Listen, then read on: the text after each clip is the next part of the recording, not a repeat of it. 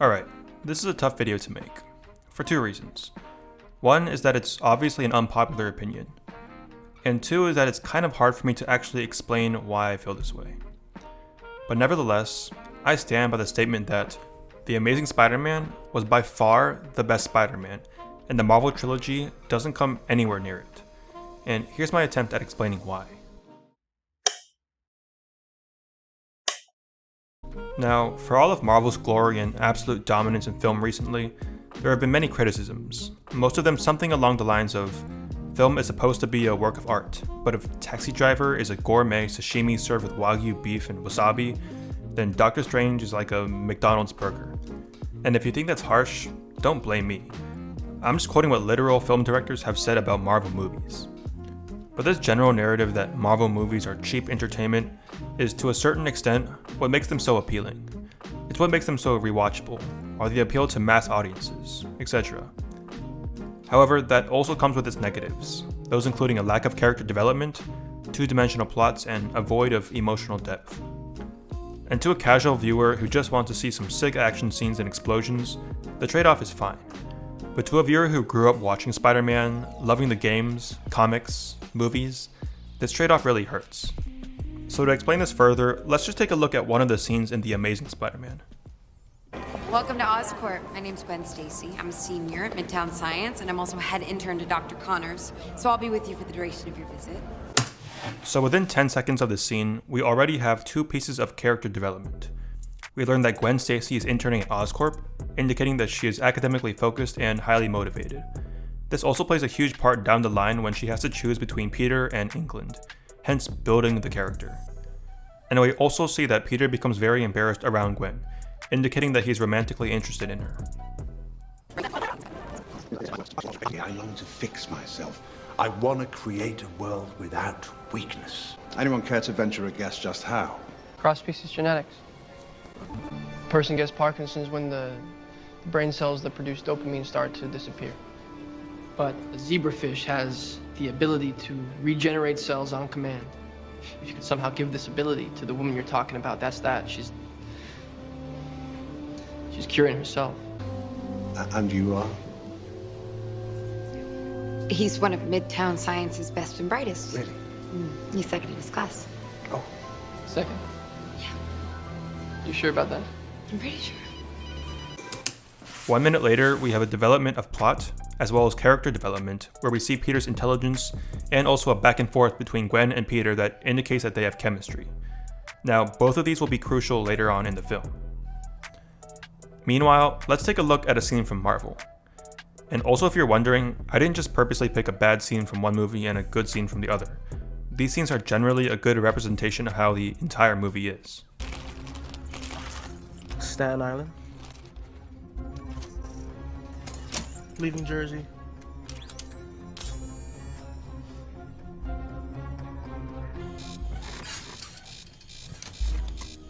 They stopped. Maryland? What's there? I mean, I don't know. Evil lair? They have a lair? Dude, a gang with alien guns run by a guy with wings? Yeah, they have a lair. So this entire first part of the clip is entirely plot-based.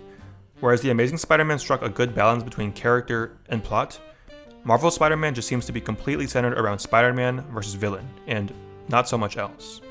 And any interesting dialogue between the characters is essentially the setup to a joke, which again, makes for easy watching, but if I want to laugh, I'd rather watch a Kevin Hart special than get it from Ned. It's not too far from DC. Hey, it's Peter. Guys, Peter? Yeah, I was hoping maybe I could rejoin the team. No way. You can't just quit on us, stroll up, and be welcomed back by everyone. Oh my god, is there going to be conflict? Will we see something interesting happen between Flash and Peter? Hey, welcome back, Peter. Flash, you're back to first alternate. Nope. Just another setup for a joke, ruining any potential character depth from the scene. The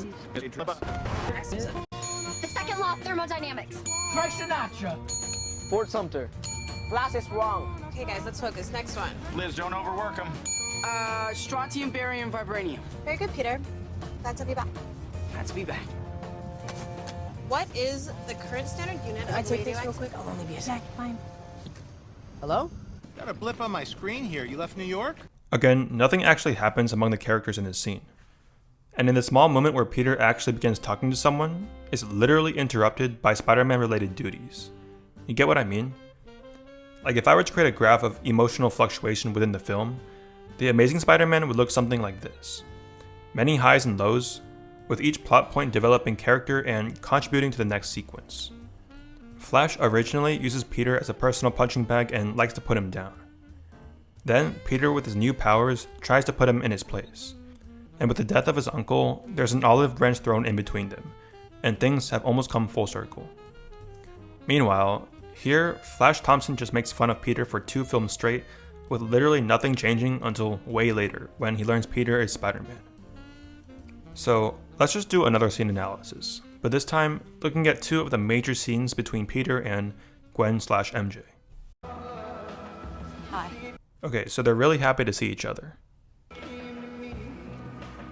You look amazing. Andrew is still down bad. I'm sorry for the spontaneous outreach. It was kind of... No, spontaneous. It's alright, you know. Well, I just figured it was time. You know? Time that we try to be friends. Gwen wants to be friends, but clearly there's still the spark.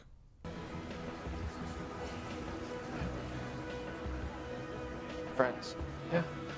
Andrew doesn't really want to be friends, but he'll take anything at this point. I want to keep... If we're gonna be friends, I think we gotta establish some ground rules.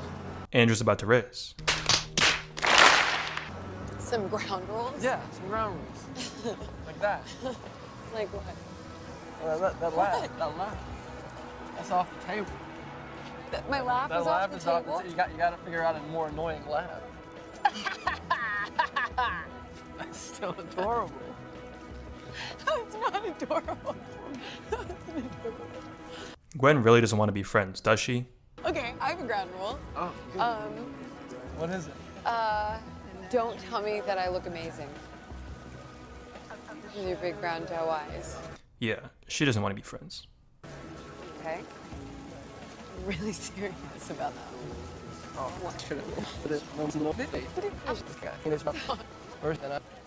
Yeah, so I did that, and I got completely addicted to this place that has Korean meatballs. Yeah. Have you been there? Oh, I know. It's mind-blowing. That place on 6, I know. You love it there. Gwen and Peter still got that chemistry, despite the death of her father and their relationship issues. How do you know that?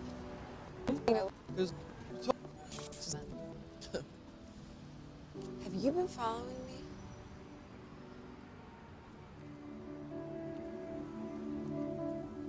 I knew it. How often? Just once a day. Sometimes. Sometimes more.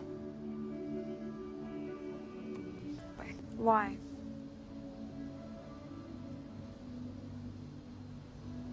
Make sure I'm safe? That's somewhat stalkerish, but basically Peter feels very protective of Gwen.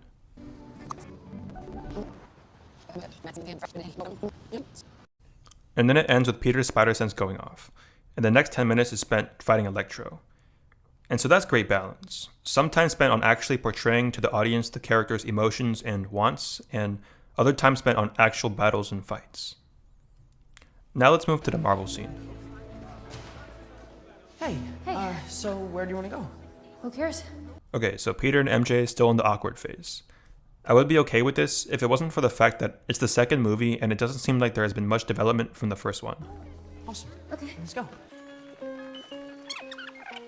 You know they used to execute people on this bridge? Okay, MJ's very quirky and loves history. They would put them in a basket and they would drown in the water. Okay. Look, there's this thing that I've been wanting to talk to you about for a while. Yeah? It's our last night in Europe, and I had this plan that I wanted to tell you. I'm just gonna tell. Then it immediately jump cuts to Tom about to make a big romantic gesture, which basically skips through any chemistry building, which was clearly shown in The Amazing Spider-Man. MJ, I'm Spider-Man. What? I'm Spider-Man. No. I've been watching you for like a while now. It's kind of obvious. Okay, MJ's very observational. I'm not Spider-Man. I mean, what would make you think that I was Spider-Man? Peter Washington? Yeah?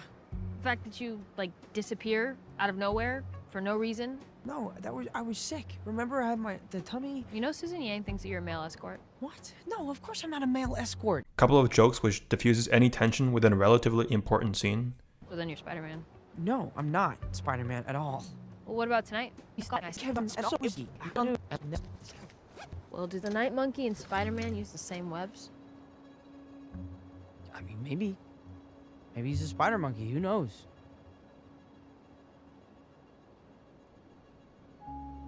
Were you only watching me because you thought I was Spider-Man? Yeah. Why else would I be watching you? Okay, so this is the first line that I actually appreciate in the scene, where it's like, for real serious. Peter has an emotion where he feels undervalued as a person, and Zendaya clearly lies because she doesn't want to reveal any underlying feelings. And then guess what? What is Peter gonna say in this moment of vulnerability between the two most important characters in this movie? Doesn't matter. Just thought that maybe...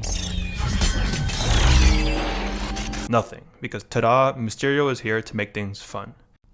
And that about sums up my entire argument. If the balance between characters and action in The Amazing Spider-Man is like this, then the balance in the Marvel trilogy is like this. Okay, let's do the scene analysis thing one last time. Something you're not telling me, Aunt May. Every time I mention my parents, your eyes go down.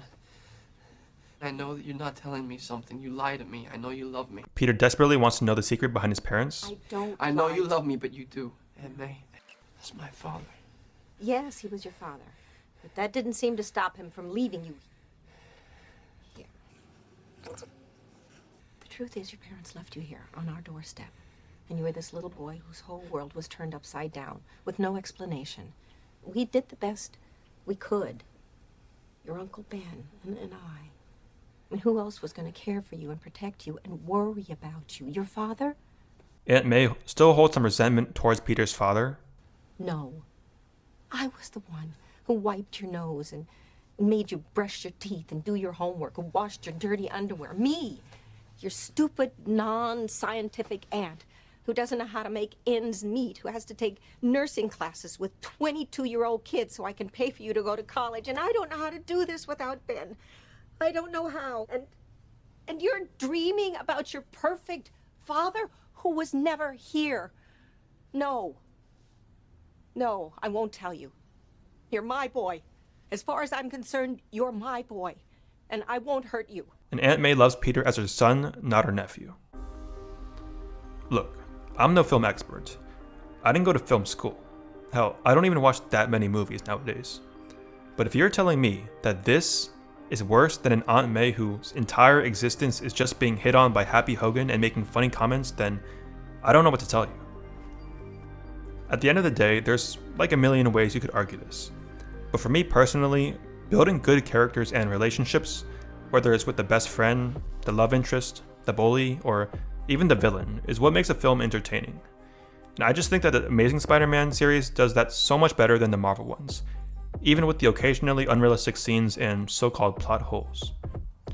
But at the end of the day, that's just my take. If you got something different, put it down in the comments. Anyways, thanks for watching and peace out.